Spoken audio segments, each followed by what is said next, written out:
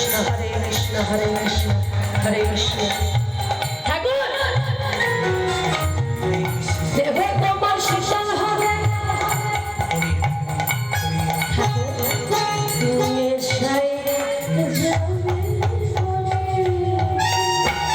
Hare Krishna Hare Krishna Krishna Hare Hare Hare Ram Hare Ram Ram Ram.